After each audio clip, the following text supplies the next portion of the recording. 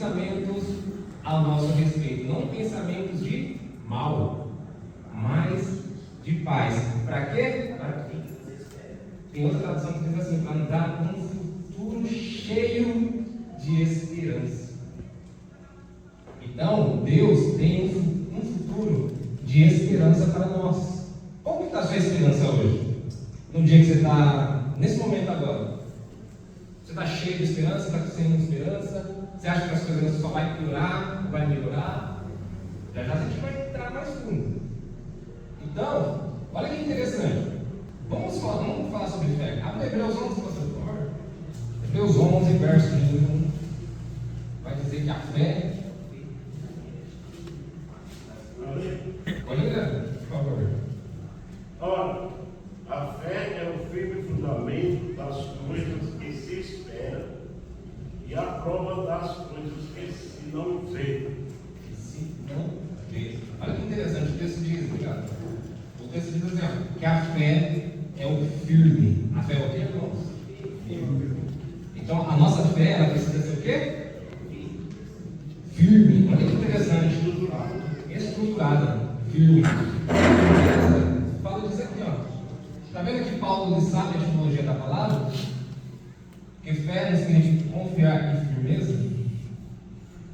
Agora, olha que interessante. O inimigo também sabe disso.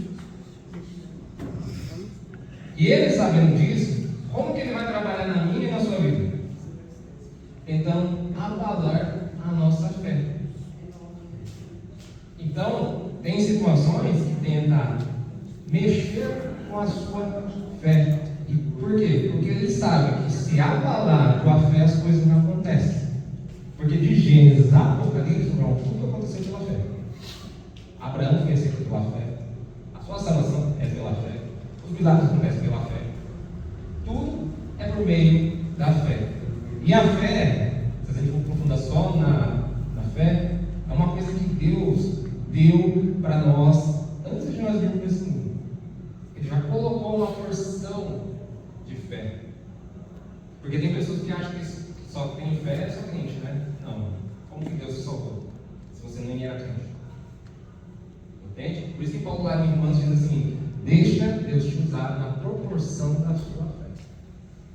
Então, a fé é você ter uma firmeza, uma confiança. Então a fé não pode duvidar. Porque se você duvidar, não acontece. E se acontecer, acontece parcialmente. Agora, olha que interessante. Quando falamos da esperança,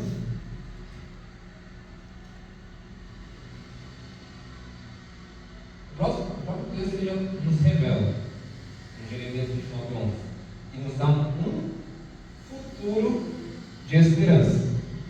Então, a esperança sempre está relacionada a algo futuro. Então, aqui já envolve o tempo. Posso colocar?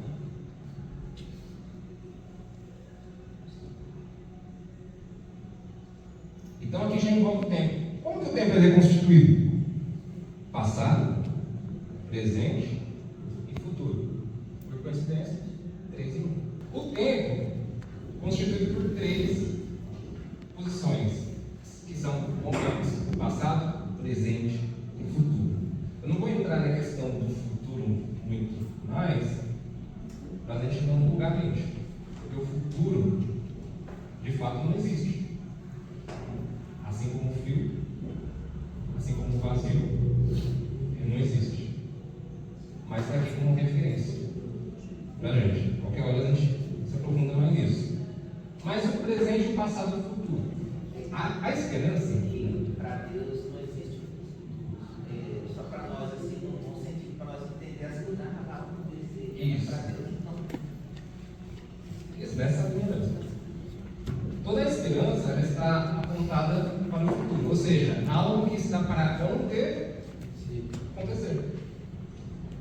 E a fé ela está relacionada a um momento do tempo, que é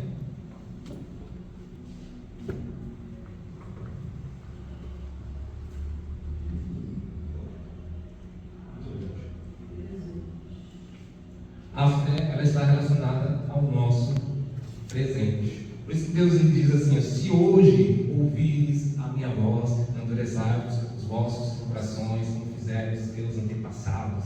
Então você percebe, se você ler amanhã, vai escrito hoje. Se você ler daqui uma semana, hoje. Foi escrito mais de 1500 anos atrás, hoje.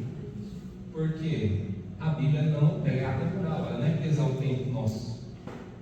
Tempo cronos. Entendendo assim que Deus formou a terra agora. Deus criou a terra agora. Jesus veio agora, o arrebatamento é agora. Isso é agora. Isso tudo acontece no tempo kairos, no tempo da eternidade. Porque na eternidade não tem tempo. Entende? Para nós, no tempo cronológico, por exemplo, o nosso planeta mesmo, ele tem 4,5 milhões de anos. Né? Tem gente que não compreendeu isso, porque quando a gente olha lá na criação, por exemplo, né, quantos dias Deus criou o mundo? Com chuva. Na terra. O universo, tudo. O irmão falou aqui, 6. Tem gente que confunde com 7, né? Mas no 7 Deus descansou. Por isso que é chamada obra hexaemeron. Hexa de 6, emeron de obras dos 6 dias. Mas só que esses 6 dias não é nosso calendário greco-romano. É o calendário bíblico, o calendário de Deus. Só o primeiro dia pode ter acontecido milhões de anos. Porque como que nós contamos o tempo aqui? Através da rotação do Sol, da Terra, em volta do Sol, no sentido anti-horário.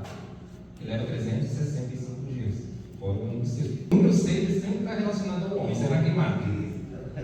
E o 7, sempre ele fala da completude de Deus na Terra, no mundo natural. Então, a gente pode entrar, vou demonstrar uma coisa, se Deus permitir, no decorrer da aula. Então, vamos lá. As férias são relacionadas ao nosso presente. Então, a fé você tem que ter agora. E ela precisa dar firme. E fé se confia. Já a esperança está relacionada ao futuro. E o passado? Para que serve o passado? O passado, vou dar um exemplo bem simples do nosso cotidiano. Né? Jesus ele fazia isso lá no tempo dele, eu vou fazer do nosso aqui.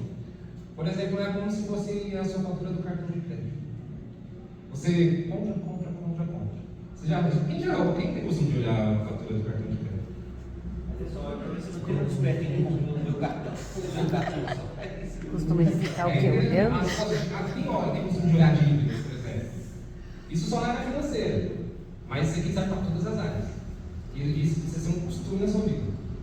Por exemplo, você sabe por que você fez certas coisas no passado, que você faz hoje? O passado serve para isso.